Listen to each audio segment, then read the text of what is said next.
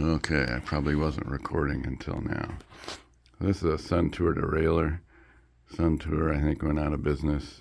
I think just about all the component went out of business except Shimano, and probably Campanello's still in business. They're from Italy. I think Shimano and Sun Tour were both from Japan.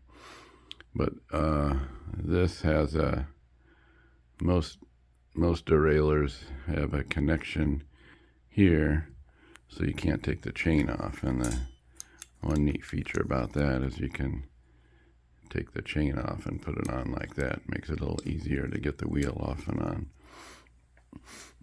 on. This is a one-piece crank, which is kind of a sign of a cheap bicycle.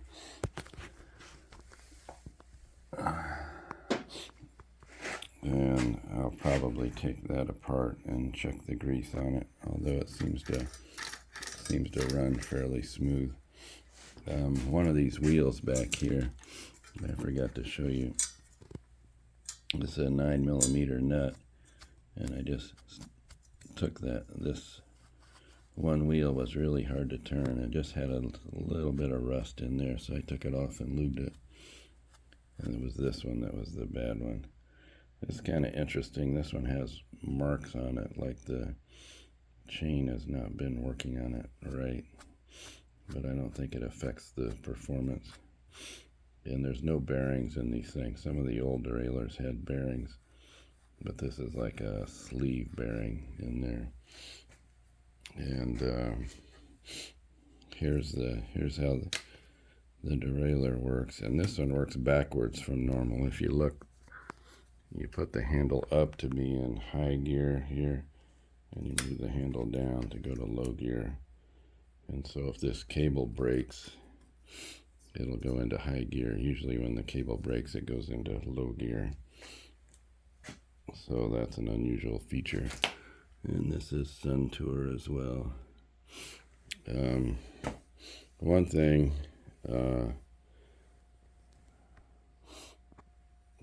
this cable goes through this casing, and I took it apart the best I could and put some lube in here.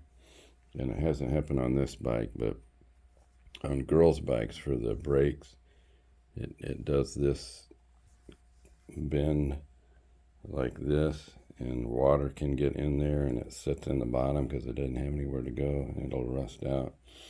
So here, if you look at your brake cable, it goes up over the top like on a men's bike. On a women's bike, the brake cable would go down and straight up like that, and then water gets caught in that loop. So what else? This is called the freewheel, and I may have taken one of these apart at one time. You can take them off, and you can tell this is not Shimano either.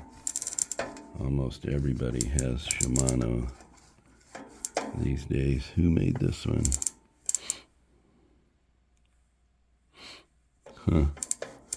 I'll read that and tell you later. But there's little pawls in there that grab when you want to go forward, so it doesn't spin, and it goes backwards. When you're coasting, it spins. And the only way I know to lube these things is to put oil in the top here and spin it and let the oil run down into the bearings. And this one wasn't too bad, but I freed it up some more.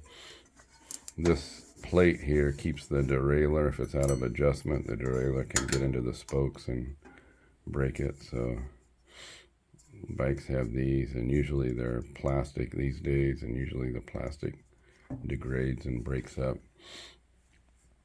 Your rim was straight. I see it's got a little bit of rust on it. And I did have a thing, there was one spot, it doesn't matter, but there was one spot that was bulged out. And what I do is take vice grips, or not these, but this kind of thing, and right where it was bulged out, and bend it back in place. And that was because this was run with a low tire. I think the front tire was original. This tire, I got new tires that are supposed to be coming today. This tire is not too bad. Probably would have been usable if they were both like this. Well, it's got a lot of cracking in there. It was a little bit untrue, not too bad.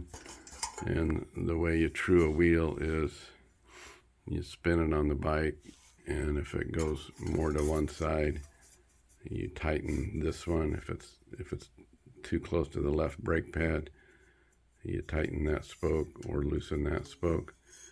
And I got it pretty true. It wasn't too bad at all. This is a steel rim. It is very heavy. This wheel's very heavy. And the bike's heavy even without wheels on it. It's amazing. But these Schwinns are built like tanks. So that's about all I want to say now. You got handlebar tape. You might want to, I'll probably adjust these to be up a little bit, because when your hands are on here, you want them to be 90 degrees to your hand. And this is flat here, and you want it to be down just a bit. This is the original tape, which is amazing. And you might want to look into getting some softer tape if you go on long rides.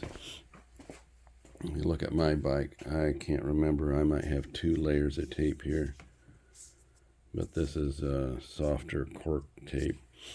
And in the old days, when people would go, this was the only kind of tape was available. People would have gloves with pads in them. And here's how the brake works. I need to lube this some more because I'm not happy with that noise. It was kind of stuck a little bit, and I lubed it up. And I lubed inside the cable there. And then at one point in history, the government required these extra levers here. I don't think they require that anymore. I'm not sure. But that allows you to brake from when your hands are on top of the handlebars. And this is your fine-tuned brake adjustment. And you can see that we have room to back this out. So what you want to do is back that out, tighten that little nut down there to hold it in place. And I need to remember this was coming loose here, so I need to fix that. And that might have something to do with this funny noise it's making. And I think I'll stop for now.